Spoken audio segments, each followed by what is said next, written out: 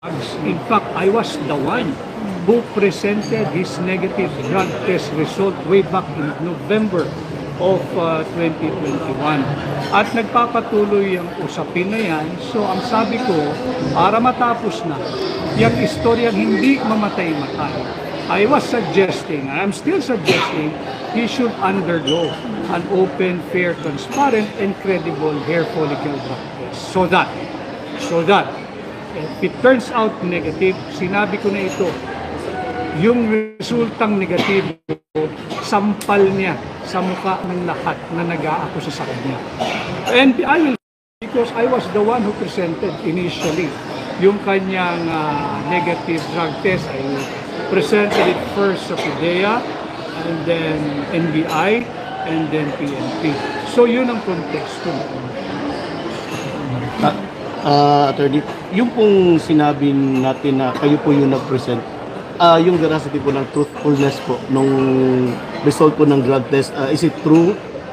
Ano po yung source po natin doon, or nandun po kayo nung kinunan po siya? Hindi ka pwedeng naroon sapagkat yung panahon na yun, tatandaan mo, I'm referring to the year November of 2021.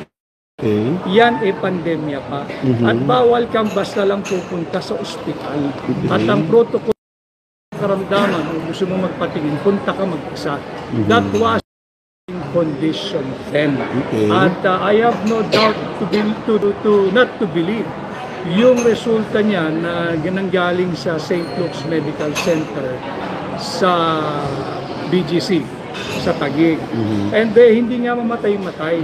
So para matapos na yan, since he is the Chief Executive Officer, he is the President, and leadership by example, ano ba naman yung magpailalim na dyan sa hair follicle drug test sa method? And I stand by doon sa aking paniniwala na public office is public trust, and all public officers must at all times be made accountable to the people. Had there be any time na sumunod siya sa suggestion po ninyo, sa barukala po ninyo? Kasi sinagot na nga niya, ayaw daw niya. So who am I to impose my opinion on him? Hindi naman na kami magkasama. Attorney, yung result na yun is hair follicle din siya? No. Urine. No. Urine.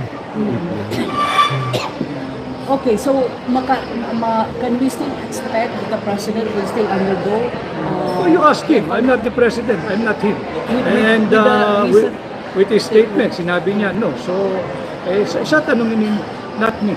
I am just reacting to his reaction.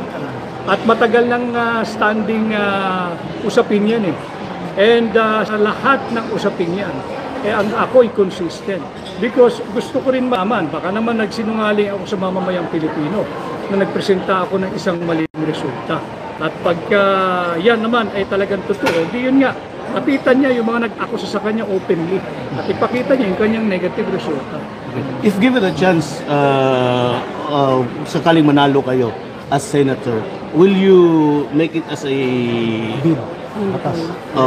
law? I think we have to strengthen the PIDEA and make it among the duties of among the many duties of PIDEA to initiate yung annual or periodic mandatory drug test using as a method yung hair follicle drug test para wala nang tanungan. Will this include hindi lang yung elected officials, pati po yung mga public servants po, pati po yung nagtatrabaho sa gobyerno? Again, public office is public trust. Yung gwardiya nga nag-a-apply ng trabaho, hihingan mo ng drug test na negatibo eh. Yung driver nga ng pamilya o driver sa isang bus fleet na malaki, hinihingaan mo eh ng negatibong drug test eh. Bakit naman hindi ang ating mga elected and appointed official? Sila ay lingkod bayan, sila ay sumasahod gamit ang kaban at taxes ng bayan. So there must be a higher degree of accountability because public office is public trust.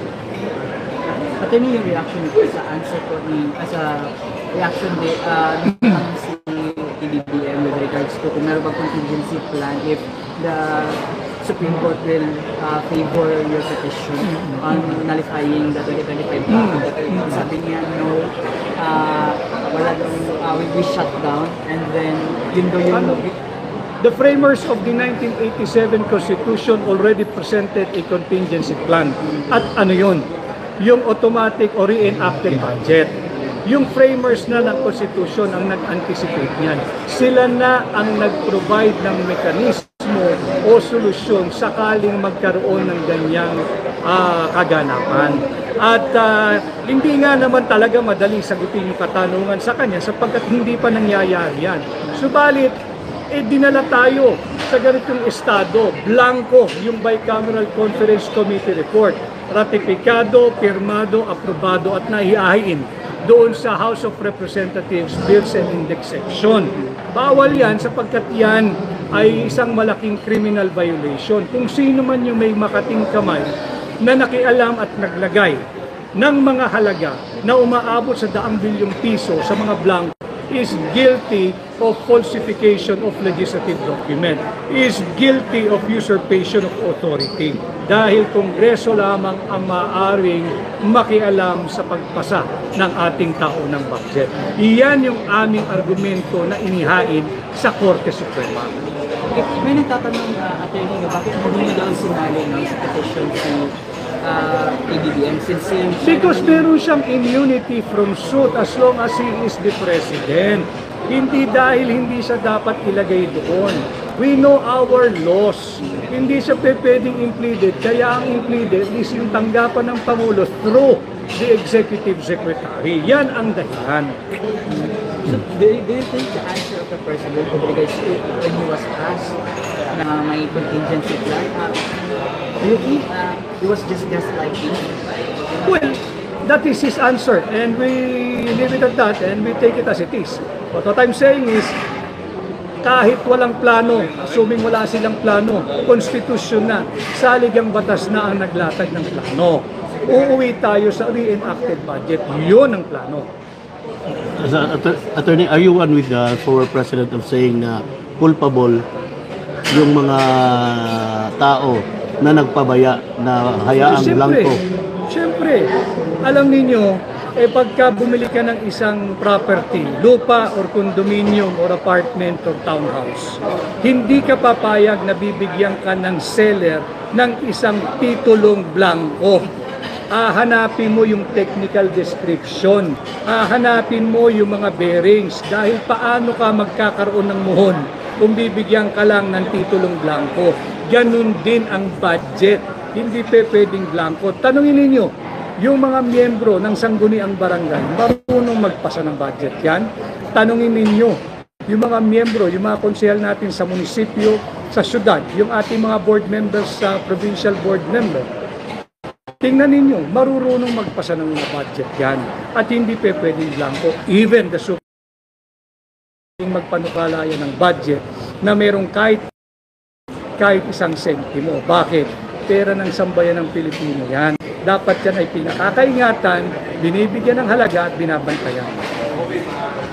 So ano yung timeline, attorney, na mag-decision yung Supreme Court? It's up to the Supreme Court. Okay. And I think they will be asked, yung mga impleaded parties will be asked to file their comment. And from there, the Supreme Court will assess on whether we are sufficient, yung ating petition is complete in form and substance. And I do not want to speculate on how the Supreme Court will dispose of the pending petition. Pero sa tingin nyo ba, attorney, sadya talaga yun? Sinadya talaga yun nila or... Oo naman, 28 line items blank consisting of 13 pages. Hindi naman magkamali lang isang pahina, isang patlang. 28 na blanco. At ang masaklap pa noon, pirmado, aprobado, ratifikado at inihain sa Bills and Index Service ng House of Representatives. Meaning, final na yun. Pag-enrolled bill na, wala ka nang pwedeng gawin doon, hindi na pwedeng galawin yon. Ang kinatatanging gagawin mo na lamang doon ay printing para maging GAB, yung General Appropriations Bill. And it's up to the President to sign or not to sign. When he signs it, the GAB becomes GAA. Pag ayaw niya, mabibito yun, GAB pa rin yun. Yun yung flow ng budget.